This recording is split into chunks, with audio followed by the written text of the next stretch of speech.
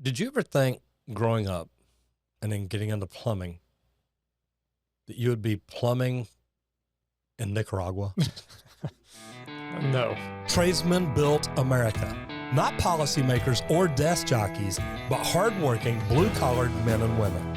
Join me, Roger Wakefield, on conversations with some of the nation's most successful skilled laborers.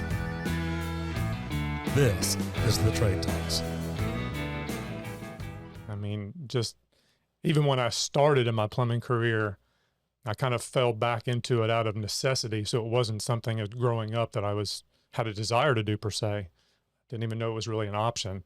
But thinking about all of that now and having been in Central America, Nicaragua for that long, I can see how everything built up to that point and got me there in a way that I was able to take what I've learned up to that point and just be helpful to some people down there as far as getting clean water and teaching how to plumb bathrooms and do it in a way that's the most sanitary way that is safe for people. Of course, we both know, you better than me, that how plumbing it protects the health of the nation Every day. And it's not only our nation.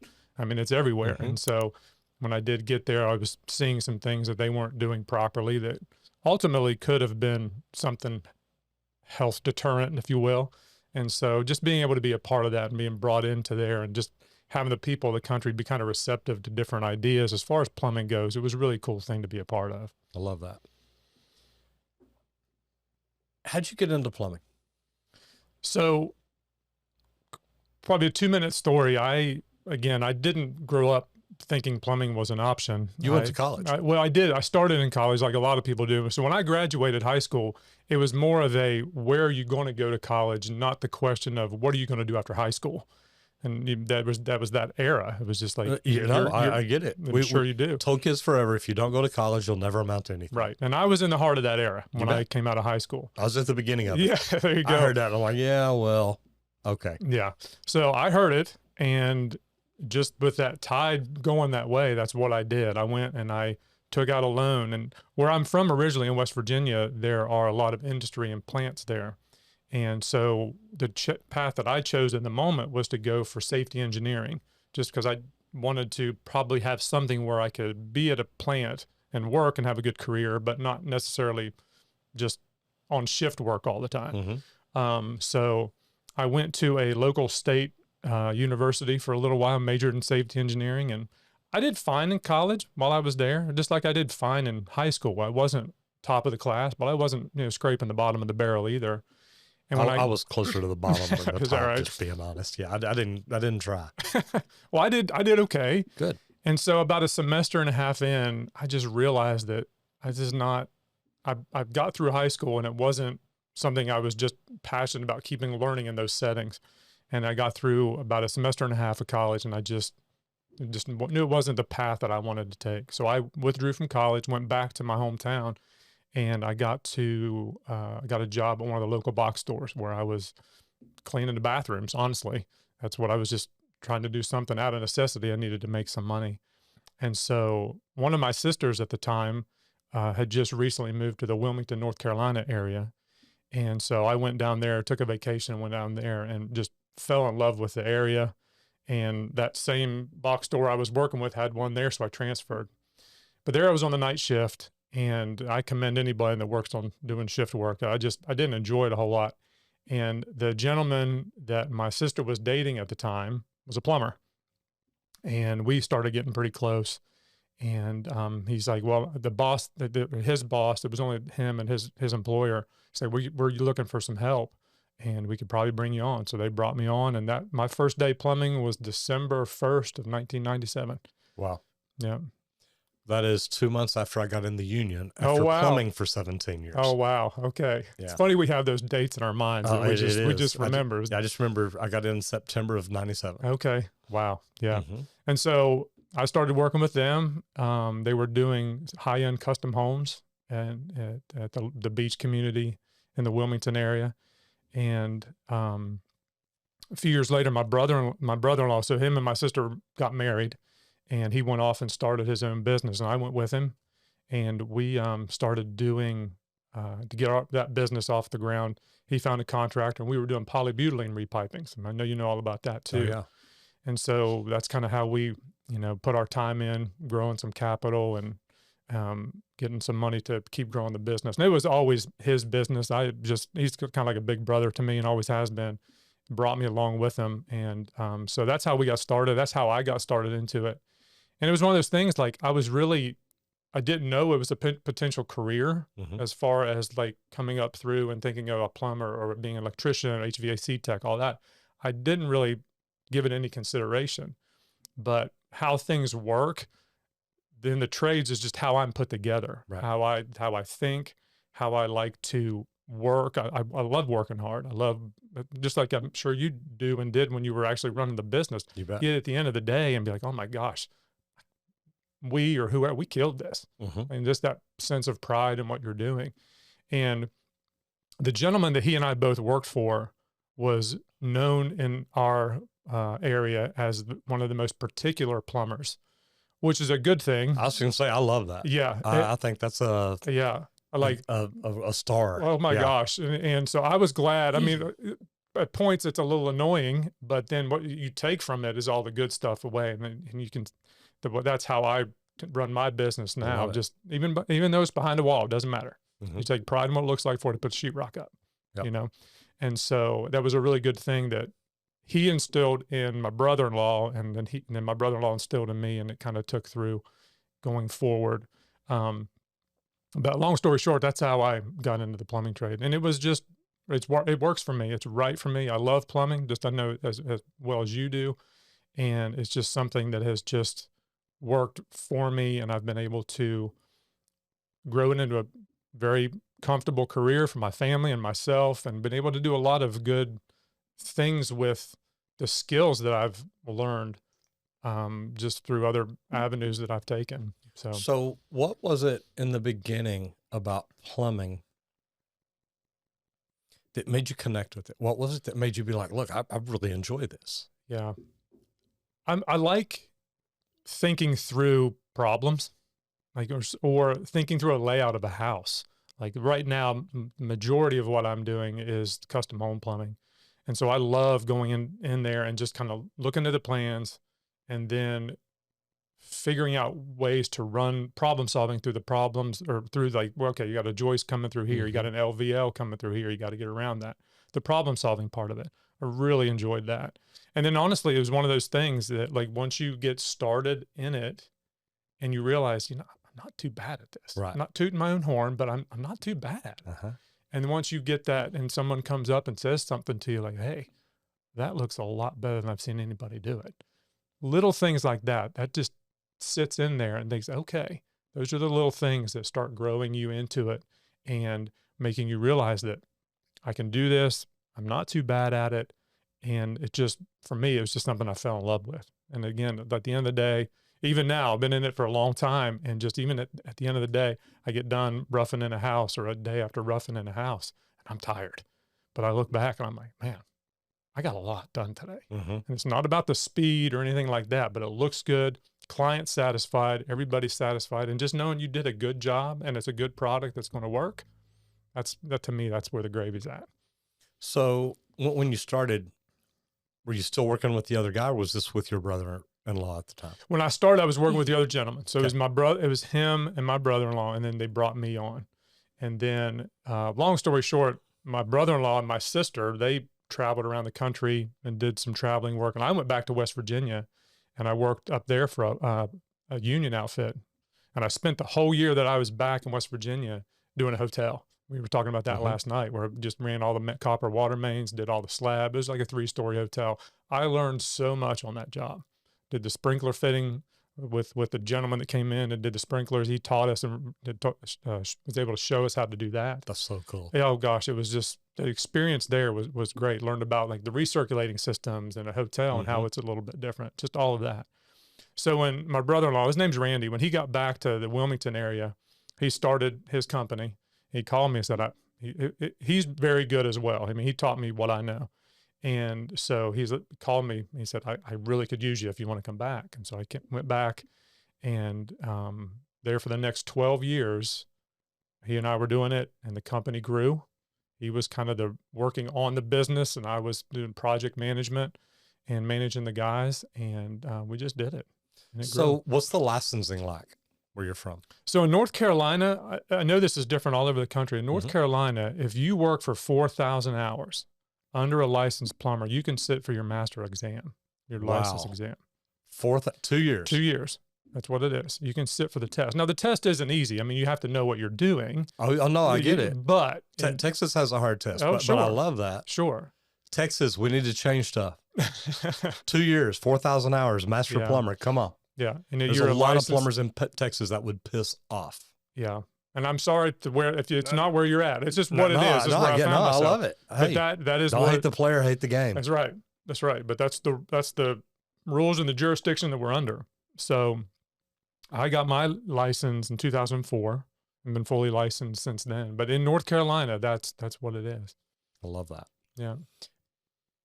How are your apprentices? Do they have to register as an apprentice? Is that how they keep track of the 4,000? You got registered 2 years ago, or? Well, so when let's say you're have your plumbing company, like first person that Randy hired or we hired would come on, and they would not have any kind of licensing. You would just be a direct employee. Now, before that apprentice is able to be on the job by himself, he has to take and pass a journeyman's exam that is given by our local jurisdiction. How many hours do you have to pass your journeyman exam? You just have to pass the test. Man.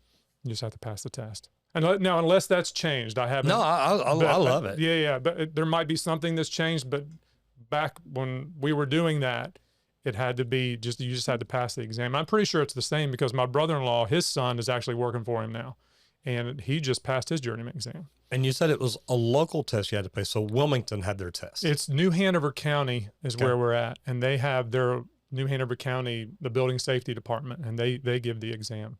But that is for an apprentice to be on the job by himself. That's the regulation that we have. I'm telling you, I love that. Yeah. That would ease up. There's such a demand for tradespeople across the United States. And I think the way y'all have got it set up, you show someone a quicker path to making more money, a quicker path to starting their own business, whatever they want to do. Right. And guys, and I'm not saying just hand out a plumbing license in a Cracker Jack box. They've got to be able to pass the test. Exactly. But y'all make it easier to get in. Yeah. And it's funny because that's all I've known. Right. And so since I've got in the social media world and things and watching what you're doing, I've started to see and realize I knew it wasn't like that everywhere. Right. But there's so many more, just depending on where you're at. So the regulations are so much different. Well, in Texas, you've got to register as an apprentice before you can even touch a tool, before you can ever even go on a job. You've got, it's $15, so it's no big deal. Sure. But you register, tell them what company you're working for and whatnot.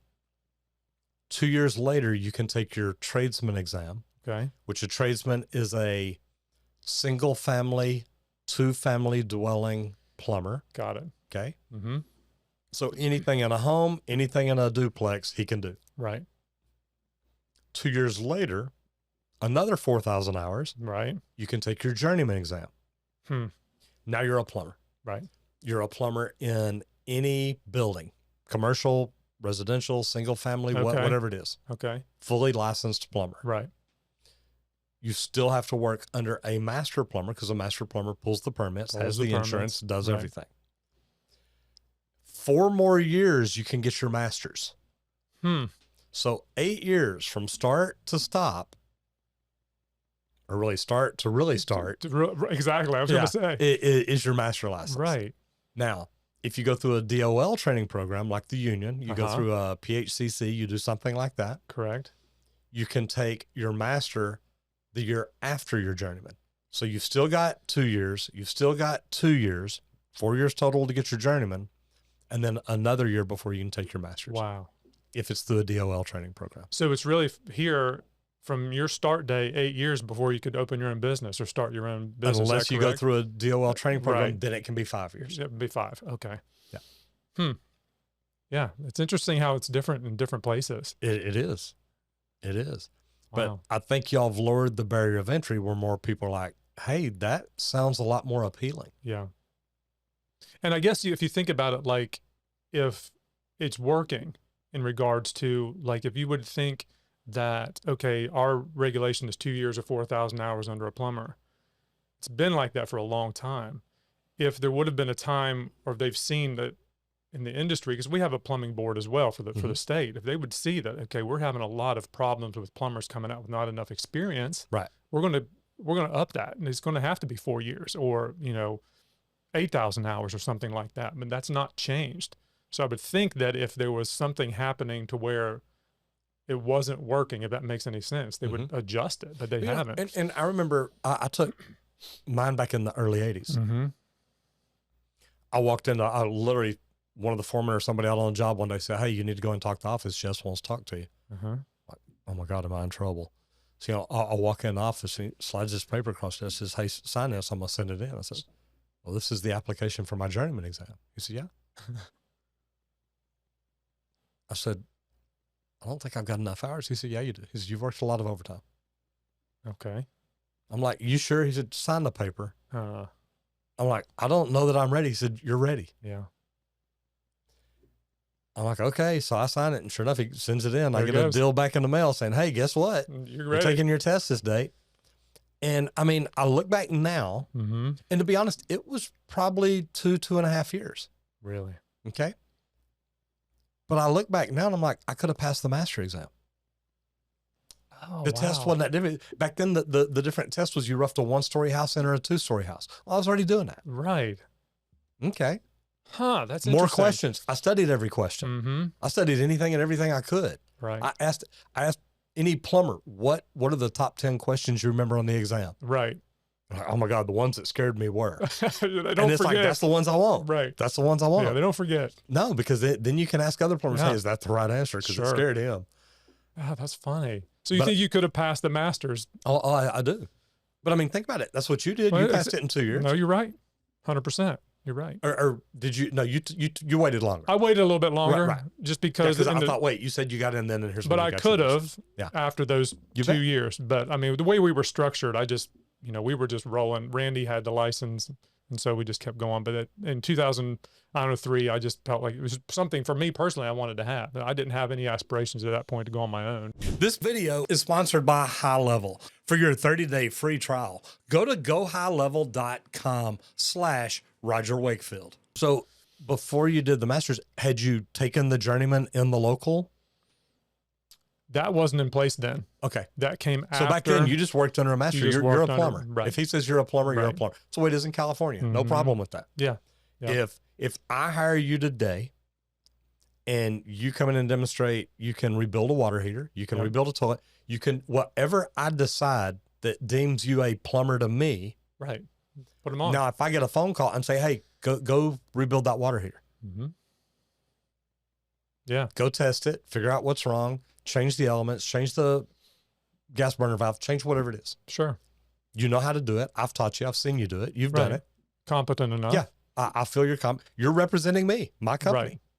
And as your insurance is covering it anyway. Absolutely. If something goes sideways. I don't want you to burn down a house. Right. So I love that. And I think that we could get more and more people into the trades.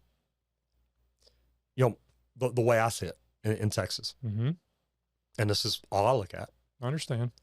If I deem after 2 years, you're ready to take that journeyman test. And I don't mean the tradesman 1 year, one house, whatever. Right. If I deem, look, you're a plumber, let him take the journeyman test. I'm signing off on it. Exactly. You're assuming the liability. And if you don't pass that test, I think I get 3 strikes and it's like, Roger, you can't send anybody else. Oh yeah. And I think you set it up to say, look, if you're sending Jeff down, Jeff better know how to pass this test because it's going to count as a strike against you. Yeah.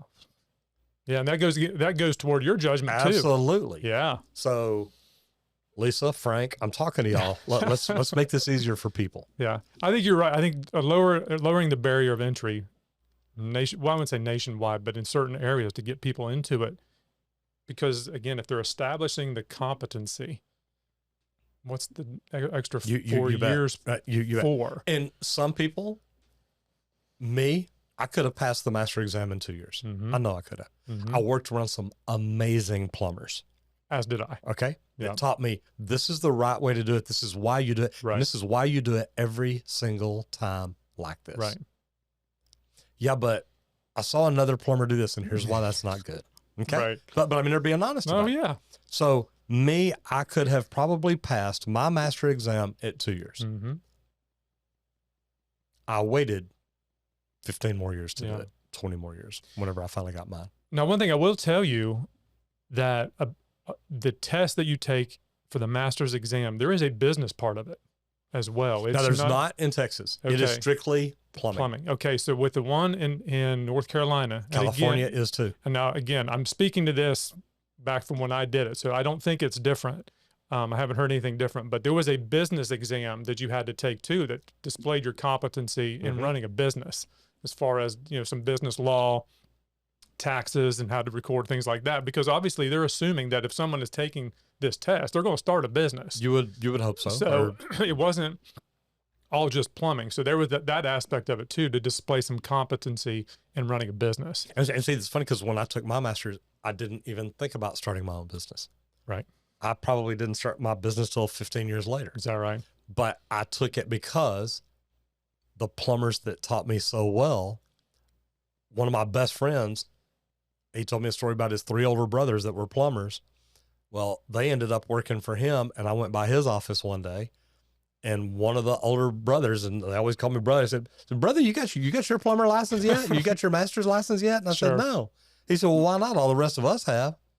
And I'm like, it's like, okay, I got to do my master's now. Yeah. And I'd already had my med gas. Mm-hmm. So I went, which is a journeyman med gas. Mm-hmm. So then I go get my master's. Then I got to get my master med gas. Then I went ahead and got all the rest of them. Yeah. So No, that's great. take just a minute and tell everybody who you are and where you're from, what you do. Yeah. So my name is Jeff Hughes. I'm from the Wilmington, North Carolina area.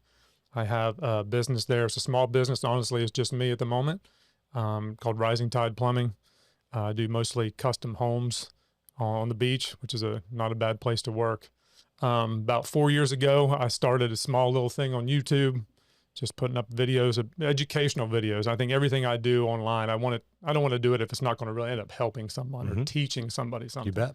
So I started that, and that took off a little bit. I get some comment. I come from a family of teachers, so I've been told that I teach pretty well.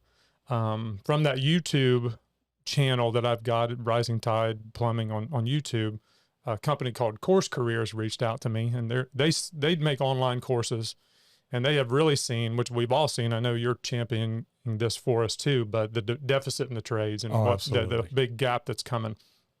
And so in the interest of getting out ahead of that, they're making courses for HVAC, electrical, and plumbing, and in different areas of construction. So they found some of my YouTube stuff, reached out to me and asked them if I would make them an online plumbing course.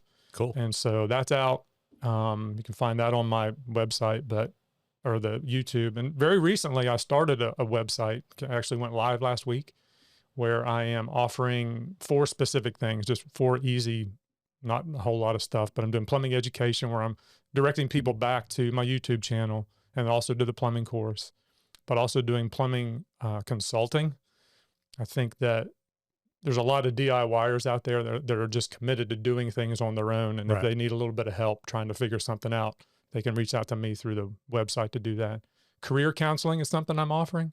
From us being in the trades a while, there's a lot of things that I've done that I would do differently. Mm-hmm. And just if, trying to guide someone through, even out of high school, or if even someone wanting to switch a career to get into the trades, just maybe navigate, because that's happening too. You know that as well. Yes, indeed. And so that's happening too. So I'm offering some career counseling, and then mentorship. I think that that's a really important part of things. I think that it's always good to have someone to run stuff by. I get it. Get a different perspective. Because there's times where I know that I might be doing the right thing, but I need someone I trust to tell me, like, hey, you're thinking right. You bet. So I have someone that I call on. So just encouraging people that. So I'm offering that through the website. Cool. But that's who I am. That's what's happening right now. What made you want to be a good plumber? I I saw the way that when I first started, the gentleman that I was working for, I saw the way that the contractor talked to him when we were building these houses, in the way that it was just like, I trust this guy. Mm-hmm. You know, hey, I'm going to come on the job. I'm going to check in. His name was Dave, or he's, I don't think he's retired now, but I just saw the way that the contractor would come on the job and just not have to worry about the plumbing part of it. And so that, coupled with the fact that I really enjoyed what I was doing, I really wanted to be the best at it that I could be. And then the Randy, who I worked for, he had that same mentality and instilled that in me as well.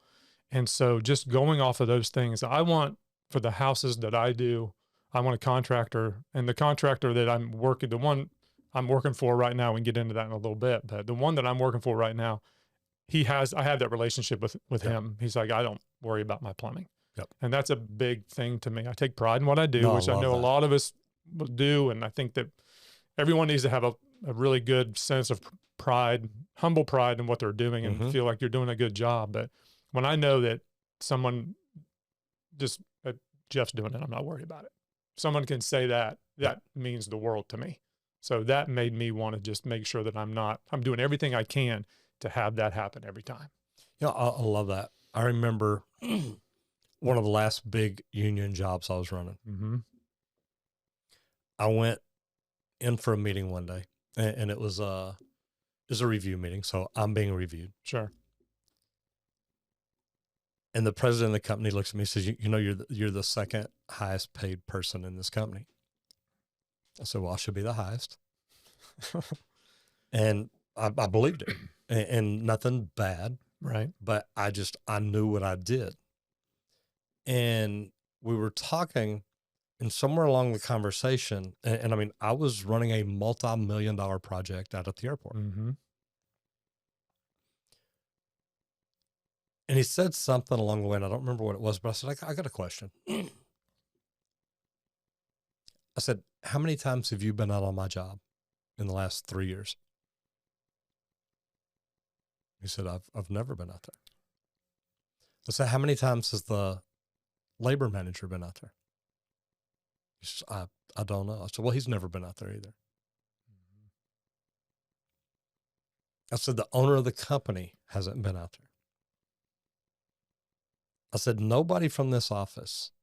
I said, that's not true. One time, the labor manager came out because he needed to talk to a guy. Mm-hmm.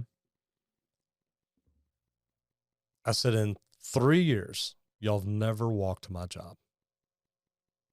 How come? He said, we don't need to. Exactly. I said, that's why I should be the highest paid guy here. Yeah. And I said, look, I don't mean it bad, but we're negotiating here. Right.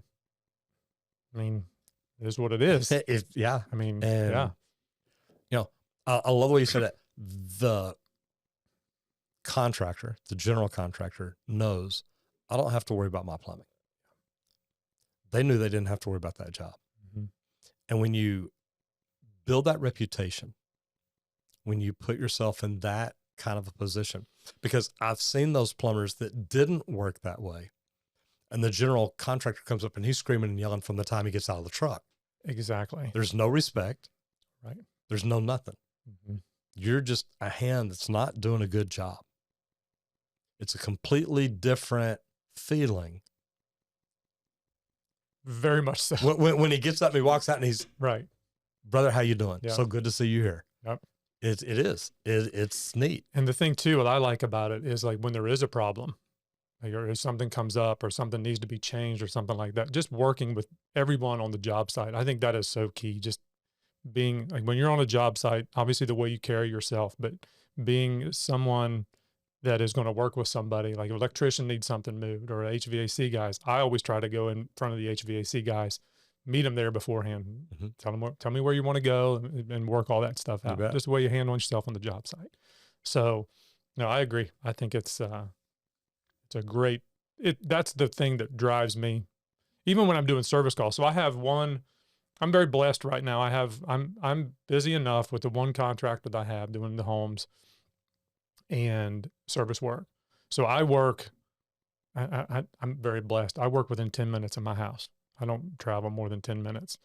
And I just have established through the things I've learned from other people on how to treat customers. Mm-hmm.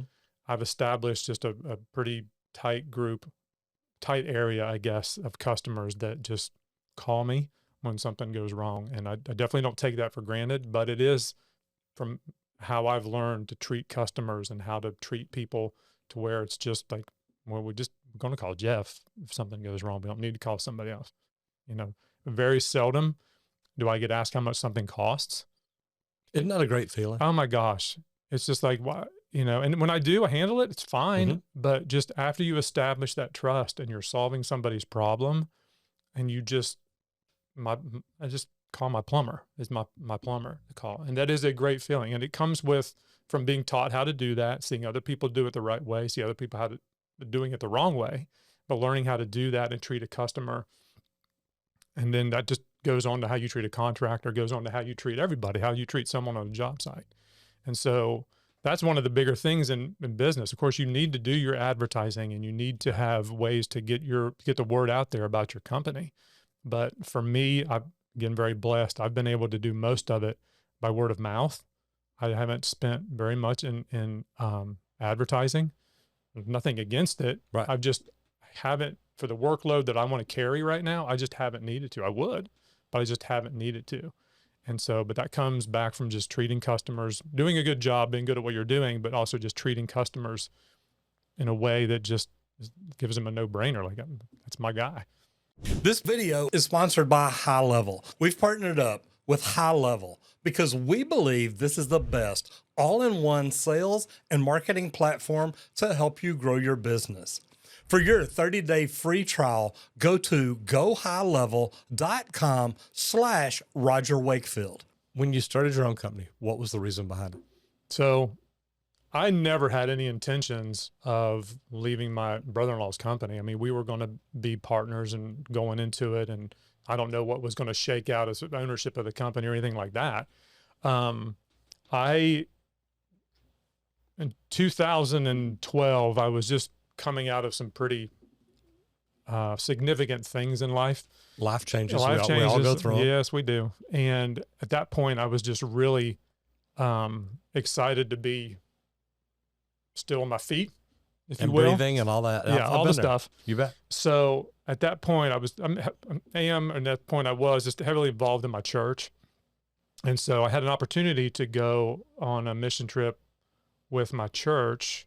It was just me and the pastor and another gentleman. We went to Uganda, and just to go over there and see what a relationship would be like with an organization in Uganda through the church I was going to.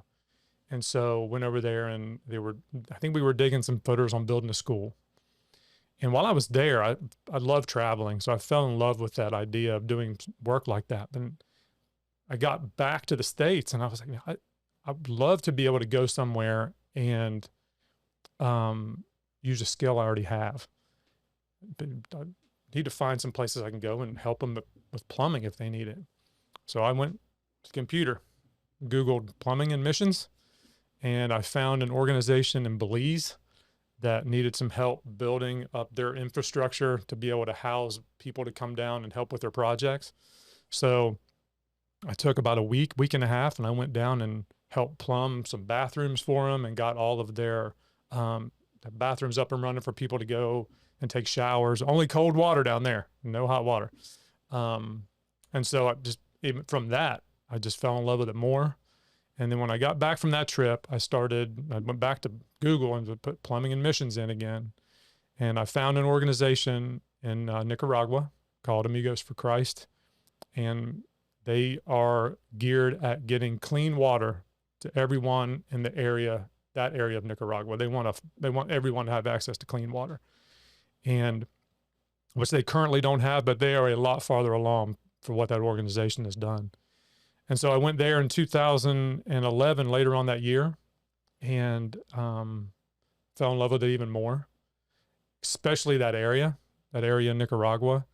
And so when I got back to the States, I had recently just met my wife, and I told her that we're going to be I feel called to go and be a missionary in Nicaragua.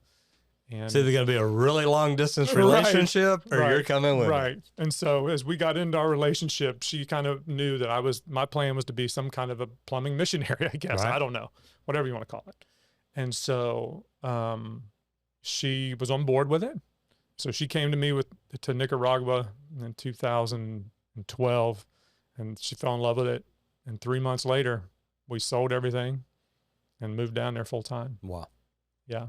And so when we got there, we were just a part of all the projects that they have. They do economic development. They're building healthy kitchens. They're building schools, all kinds of construction things, which is right up my alley. And then one of the bigger things they do is the water systems.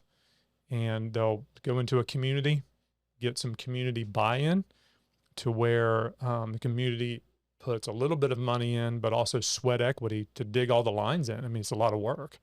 And depending on where you're at in Nicaragua, it's a lot of hard dirt, honestly. And so amigos would go in, drill a well, put a tank on a hill, and then they dig water lines down the hill and put a spigot for water in everyone's house. And we did that for years. And I was able, it was a blessing to be able to teach people and have the guys and the people there invite me to kind of show them a little bit about plumbing. And I taught them how to wet vent and taught them how to, plumb a bathroom the right way and where the vents got to go through, just things like that. It was really cool to be a part of and learn some Spanish, which was great. That is great. So, so all that to say is I never really had planned on leaving where I was at. Because again, my brother-in-law is a big part of my life, still is. And so when our time was up in Nicaragua, we moved back to North Carolina, and a hurricane had just come through. It was Hurricane Florence in 2018, and it hit in Wilmington. And so I actually went to work for my church doing outreach and like hurricane relief efforts, because it beat us up pretty good, honestly. And so as I was working for the church, I live in a place where there's a lot of vacationers. And so there were some property management companies. And just to subsidize some income, with my brother-in-law's blessing, I said, hey, I'm going to start my own little thing just to, make a little bit of extra money to, and do some service calls for these property managers. And that just kind of took off. And then I got involved with a contractor there that does custom homes. And he started doing custom homes, and it was allowed me to cycle out of that position at the church to where I was able to go and start my business, and it's been blessed ever since. And then so it sounds like as a plumber, you just work part-time right now. I mean, I'm definitely not 40 hours a week. Yeah. Yeah. But there's nothing wrong with that. No, because you make a good living. I make a good living. I've been blessed too, in regards to I've done some other things that I could get some income from. Plumbing is my primary income. Mm-hmm. I've been really encouraged by watching what you're doing, because I'm just I had no aspirations to be a YouTuber or anything like that. I know, of course. I'm trying to run a business. Right. Make my phone ring. Right. That's what the whole YouTube thing was about. Right. And so I keep having these opportunities present themselves, whether for whatever reason, and I'm just following it. Like even the opportunity to come and spend some time with you, it's a blessing. Thank you so much. But I'm just there. If you want to go out and do a podcast, yeah, we'll go talk to Roger, of course.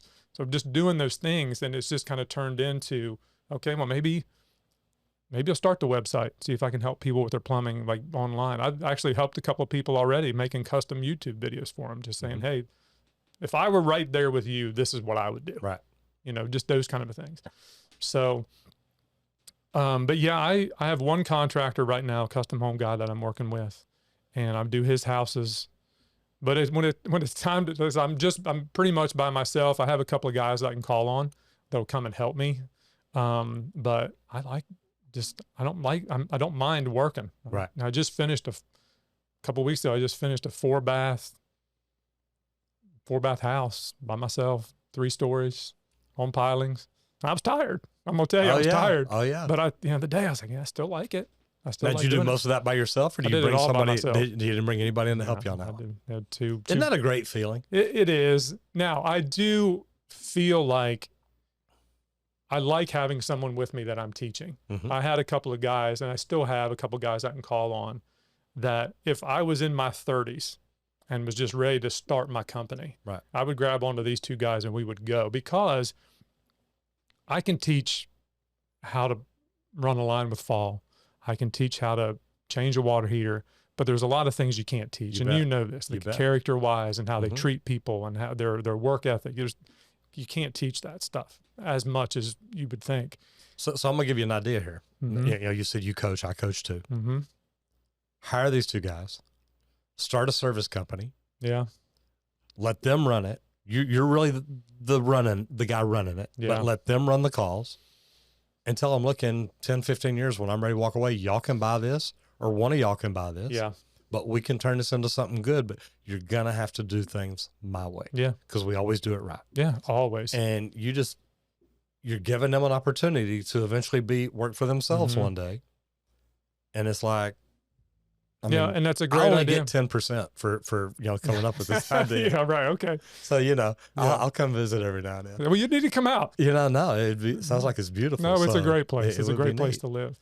But there's so many things that you can't teach. And when you find someone, and those of you that are watching that have found good plumbing employees, you know that Mhm. it's not terribly easy to come by as much. And it's not. It's not. And so, but I'm hoping that with the way things are going, that's going to be changing just by the drive and the income potential. I mean, it's not all Oh my about making gosh. the money. No, but we got to make a living. We have to make a living, You bet. and you want to make a comfortable living We too. want to have a family. We want to have a house. family. We want to have kids. We want to, well, Gosh. some of us want to have kids. Some of us didn't. Well, Some of us, I said didn't. well, It changed. it changed. Yeah, but that's good. Yeah, I mean, it's good to, be able to say, hey, look, life does change. it does. I used to be that person. I'm not changing. Yeah, My life ain't changing. I ain't doing nothing different. Leave me alone. Exactly. I'm not going to be different. This is me. This is Mhm. what you get. yeah. And you meet the right people. It's like, you know what?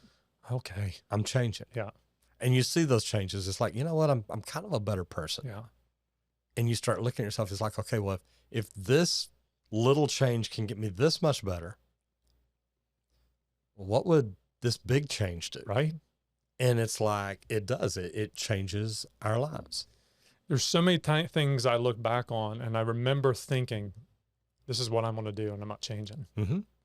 And it's that never say never thing. Oh, yeah. And I never would have thought I was going to move to Nicaragua. No, All these things that, and then I think, and now I think for the last 5 years, I can officially say, I am not going to say I'm never going to do something. I'm not going to do oh, something. yeah, I quit saying that a long time ago now. Yeah, because you can't, who knows? You got to be open for it. That's what I'm saying. Like I keep stepping into these things that present themselves. So it's all right. You want to make a course for course crews? Yeah, let me see how that works. It is what it is. So yeah. I love that. Yeah. So I love that. So plumbing in Nicaragua, what's it like? Because, I mean, are there porcelain toilets? Are there the squatty toilets? I mean, are there a little bit of both? no, that's a great question. Very valid. So they do have hardware stores and places that you can go. And even the town I was in, there was a hardware store. You go buy a regular tank type toilet. Now, where we would go out of that town, it would be anywhere, I don't know, even 2 hours away up to the border of Honduras. Communities out there where we were working with and getting them water. And I've been to Honduras, and it's like you're driving through the jungle. Yeah. It's like it ain't Yeah. paved roads and red lights and stop No, signs. no, It's no, like, none of that. It's up the mountain, Yeah. up the community up on the side of a volcano. Oh, yeah. You got the big lines in there. I've seen all that. Yeah. And so I didn't work in it, Yeah. but I saw it, and I'm like, wow. Yeah.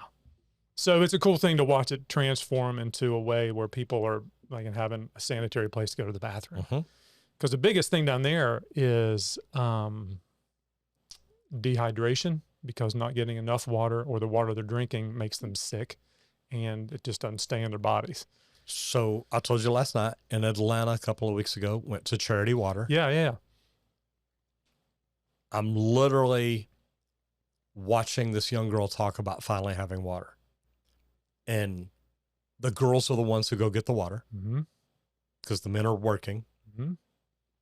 Some of these girls are walking like 6 miles to get a 40-gallon or 2 of water. Pachinga, that's what we call and them. it's water that'll kill them. Potentially. And they're like, we know it'll kill us. Right. But we've got to have water. What else are we going to do? Yeah. And I mean, thank God I had the VR goggles on because I'm getting all teary-eyed. And I'm like, man, it's a game changer. It is. One of the coolest things that we would do down there is when a community was done, when a water system was done, have a big water celebration. So what we would do if there was a group from the States that had come down to help us dig or whatever, we'd take a Friday, everybody hop on a bus, go out to this community, 15 minutes away, hour and a half away, didn't matter. Right. Go out to this community and we're going to have a water. We're going to have a water. We're going to do it. So everyone, I was blessed to be able to go and plumb these things in a couple of times where we would go and we'd go up to the tank where the water was and put a T in there and come up with a valve and people would go up there and you cut that on and just people, I mean, it's a thing. Right. Just play in the water. Just play in the water. And you get a little bit, well, I was there a while. I was there almost 6 years. Those things never get old because you drive out of that community and leave them with their water and you see how far it's come and how the community could change. But something I didn't think about too is when that little girl you were talking about, when she's carrying that water, if she doesn't have to carry water anymore, what can she do? She has more time to go to school. This girl would literally get up early in the morning. Right. Her story, and it's good. Walk the 3 miles each way, 6 miles, whatever it is. Get the water, bring it back, and then try to hurry to school. And she says, I'm always late because I've got to go get water. Right. And there's a lot of places in the world where that's still happening. Thankfully, not as much by like organizations like Charity Water, organizations like Amigos for Christ, where I was at. There's a lot of places where it's not happening as much, but there's places where it's still happening. There's 6 places, last time I checked, 6 places in the United States that don't have access to clean drinking right? water. 6. I did not know that. And I believe one's in Texas and one's in Alabama. Wow. Yeah. So you don't have to go far. No, you don't. There's another side to every postcard. Mm-hmm. You know, so you don't have to go very far to see it. Yeah, there's one with the pretty picture, and there's one with all right? BS on there's it. the stuff. Don't mean that bad, but you know, it's real though. You bet. It's real. So, but just being able to be a part of that for a little while and have the Nicaraguan people were just so welcoming and bringing you in and just being part of it. But it's a cool thing. I'm actually going back. I'm going back August to go back to see some of my friends, and because the organization there, I mean, they're Nicaraguan driven. It's not like people from other countries or from America are coming to, they run it themselves, and we just come and support them. And so I'm going back in about a month, see some old friends and reconnect a little bit, go out and dig some lines in, do some plumbing. That's what I was saying. They have one of the things they're doing now is they're building a school.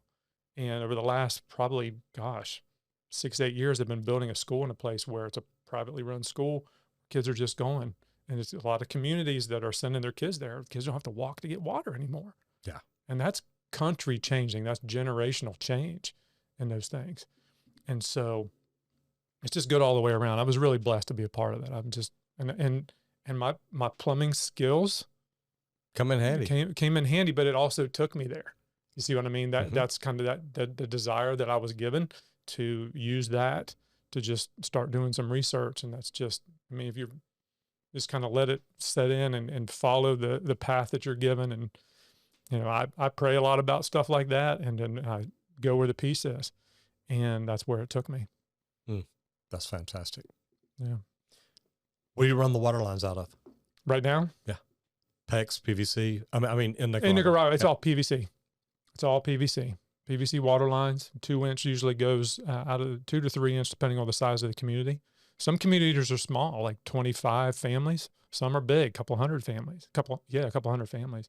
So it just depends. And then they'll have a well drilling machine there, so they can go out and just drill the well. And they have engineers that go out and just figure out the best place to put the tanks. And it's, like that. Yeah, but it's all PVC. If you've never been,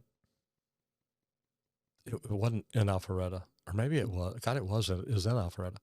Charity Water. It's at the foundation or something like that. Go see it. Really? Because, I mean, literally there's one deal that I did, and I've actually got video of it, where I pick up that 40-pound, I mean, it's 5 gallons of water. Yeah. So we know what it is. And picked up the empty one, Yeah. you know, because she's got to carry an empty one down, a full one back. And they've got a treadmill. And it moves real slow. She doesn't walk very fast. 92, 93 degrees in there. Mm-hmm. Humid. Yep. You can feel it. And you're walking down the path that she goes. Mm-hmm. And it's a video room. And I mean, you're there. That's cool. And it is like, and then they take you back to different places where they show you the wall where they've gathered water from around the world that people are drinking. Yeah. Some of this water is brown. Yeah. I mean, it will break your heart. The foundation, Charity Water at the Foundation, whatever it is, in Atlanta, in Alpharetta, outside of Atlanta. Take them in again. Tell everybody who you are, what you do, where they can find you on YouTube, all the good stuff. No, thank you. So my name is Jeff Hughes. I am a plumbing contractor in the Wilmington, North Carolina area. My company name is Rising Tide Plumbing. You can find me at Rising Tide Plumbing on YouTube or at risingtideplumbing.com. That's a website where I'm offering plumbing consulting, career counseling, mentorship, and plumbing education. I have an online plumbing course that I've created with Course Careers, which is all about getting people involved in the trades. You can find that on my YouTube channel. And I have a small business right now, and I am, I guess for quite a few years, I was a missionary plumber. I didn't always do plumbing there, but the part that I was able to do was great. I was in Nicaragua almost 6 years with my wife and my son. So that's who I am. Pretty neat. Yeah. What would you do different if you were starting your own company? Would you do anything different? Yes, I think. Well, if you don't mind, I want to maybe attack this from a different, because my path has obviously been what it is. I, like you, am very passionate about getting people started in the trades, and just knowing that it is a career path, that if you want to do this, if you have the characteristics for it, and you like working hard and taking pride in your work, it is something that you can do. And so for me, if I was talking to the me coming out of high school, here's what I would have said. I would have said, consider getting into the trades, become very financially literate in how you take care of your money at a young age, to where you can start setting things up where you're 20 in some very small, simple investments, to where you don't have to worry about retirement ever if you just do this, even maybe one thing for the duration. Yeah. Invest in Apple or Google right now if you're 18. Right. Yeah. And then never touch it. Yep. By the time you're 60, you may be a multimillionaire and be like, wow, that's a great $100 I spent. Right. No, exactly. I mean, it's that crazy. So I would have told myself that. I would have told myself, learn how to live off of a budget, because. Wait, what are those? Yeah, right. Well, there was a time when I probably needed to know more about it, but learn how to live off a budget at an early age, because at some point you're going to find a spouse. Maybe not. Even if you don't, it's fine. These are all things that you need to know regardless, but you're going to have to figure out the kind of lifestyle you want to live and what you can do. And I'm convinced now that someone working in the trades can have a very good lifestyle. Oh, amazing. No matter what, depending on where they're at and things like that, working hard and driven, but having the financial sense to live within a budget, because there's going to come a time in your life where you are going to potentially get married and have children, and they're going to have to talk about, okay, should my wife or my husband work outside of the home? Maybe it's the lady that marriage is out doing the plumbing. Go get it. I mean, go team, right? Hey, I know some amazing female plumbers. Oh my gosh, I think we need a lot more of that. Oh, no, we do. You do too. Oh, that's a whole thing story. Yes. Yeah. So just check that off. We both believe in that, but it might come a time where it's, okay, would I like, me being the man working the plumber, would I like for my wife to be able to stay home with my kids? Maybe I could work that out. Maybe I would sacrifice a little bit of financial gain, still live comfortably, to where she would be able to do, or the husband to stay home if the woman was out working, whatever, that. I would have told myself that. And then I would have said, I do believe, I don't want to keep talking about this course. The only reason I am is because when I made it, it's everything that I do every day. Right. I would look into something, whether it's that course or something else. There's a lot of ways you can start learning things online. And then I would just say, go out, find a local, for me, a plumbing company that you want to get involved in. Now, if someone is starting out that in the plumbing world and wants to figure out the best way to find like a job, of course, a lot of places are hiring. One of the things that I've recommended to other people to do is to go to a local plumbing supply house. Yeah. Ask to talk to the manager and just say, hey, I'm driven. I'm young. I don't know much, but I'm ready to get after it. Yep. Who would you go to work for? Oh, yeah. Because they're going to know some reputable companies. Or they're going to say, I'll hire you here and you can learn all the plumbing parts. Something. Man, what a great place to start. Yeah. Or whatever. But what you did in that moment right there is you showed somebody you're a go-getter. You bet. Right? So if he doesn't hire you, or she, whoever, if they don't hire you, what he might be doing. Who can. Right. Yeah. I might even call that guy for you. Yeah. Because you came in here and had this kind of initiative. You bet. Now, that goes back to what we were talking about before. I can teach someone that shows the character. You can lead a horse to water. You can't make them right. run. Yes. So, but yeah, those are the things that I would have told myself differently. And then, I would have wanted to know. It was funny. I was talking to my nephew. He was down about a month ago. And I was like, man, he's 20. I said, you need to start investing in something. He has a part-time job. I said, man, start a little thing, put $25 in it a month. As I told him. Have you read the book, The Richest Man in Babylon? Have you not. heard of it? No. You need to buy him this book. Okay. It's out of every dollar, how much do you invest? How much do you live on? How much do you put up? What do you do? And I'm like, I read this book and it's hard to read. It needs to be rewritten. Okay. It's about a camel herder. But it's like, hey, for every dollar, this is how you do it. And I'm like, why wasn't I taught that when I was a kid? Oh my gosh. Right? It blew my mind. Yeah. And I'm like, it is this simple. It's so simple. Yeah. So I told him, I said, if you take 15 minutes, go on one of the brokerage accounts. I mean, this isn't a financial thing, but we want people to have good careers, and this is a part of it. You bet. Take 15 minutes. Set up an account where you're taking $50 out of your pay a month. Let's just stay. Because I did it out for him. I said, okay. And so I say 10%. Right. I told him, I said, so you're 20 years old at 65, that's 45 years. And you're going to have this astounding amount of money. You bet. Well, here's what I told him. And they don't get that. They don't understand. It'll never add up. It does. But here's where I kind of blew his mind. And I didn't even think I was getting to such a good point in the moment. But I said, but you think about it. Take that dollar amount. It was like $600,000. Divide that by 45. And then divide that by 12. So that's how many months between here and there is you're going to be saving. And it came up to like it was about $800 a month. I said, so that $50 that you don't put in on July 7th, if you don't do that, cost you $800 later. In a month from now, you just wasted $800. Wow. He's like, oh. It's a great way to put it. I love love that. But anyway, those are the things that I wish I would have known. You bet. I like that. Yeah. Jeff, tell me about your best day plumbing ever. I kind of wondered you were going to ask me that. Oh, you knew I was. Yeah, I did. So a couple of different ways. I think I thought about that. And one of the best days plumbing for me is when I was with my brother-in-law's company, we had a job where we were doing one of the big local churches there. And I was running that job. I was project manager on the job. And I just like being in a setting where it's a group of us just getting after it, getting good, hard work done, but enjoying our time.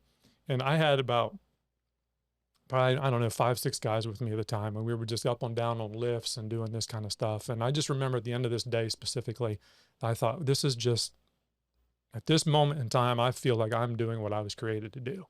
I was guiding these young gentlemen to better careers, I hope. Hopefully they've all moved on and are doing things that they want to do. But it was just a really cool moment to be a part of. And then best days plumbing, anytime that someone says to me, I really needed you to do that for me. Mm-hmm. Like I'm so thankful. You really, like, genuinely, someone says you really helped us. That's that. For me. It's just like, that's just where it's at. I love that. Yeah. Now tell me about your worst day plumbing ever.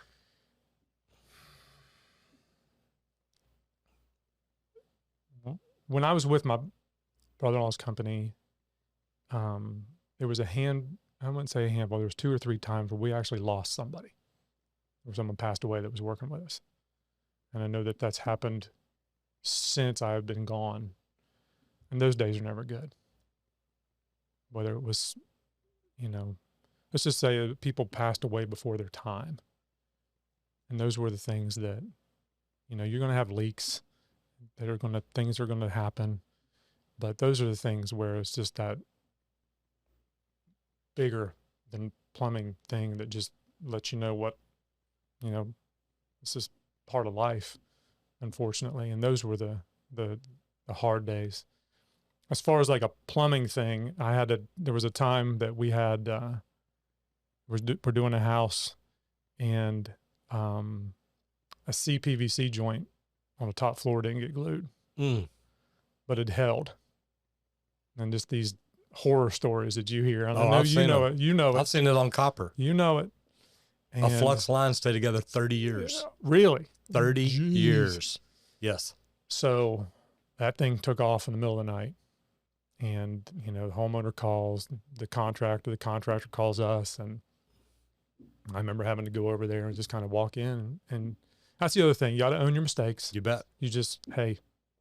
It's what we have insurance for. Thank God. It's what we have insurance for. I've made some mistakes, even in my own plumbing. And I would tell anybody, when it's hard, but when you run at your mistakes, run right into it. You bet. And just be like, I'm owning this. This didn't get glued. This is what happened. We're going to take care of it every step of the way. You build a lot of credibility by doing that, obviously, but building trust, but owning things. But that was tough, just walking into that situation. But it happens. You know that. It is. You talked about losing people. Mm-hmm.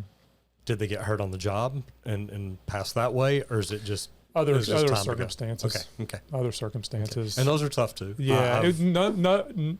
None of what I was addressing or was talking about was someone that got hurt on the job. Okay. Thankfully. Good Lord, thankfully. Yeah. We try to teach everybody to work safe. Right. That's why. No, this was other circumstances that, and it just it's hard stuff. Well, Jeff, this has been a pleasure. It has been. Thank you so much. I appreciate you coming. Yeah, thank you for having me.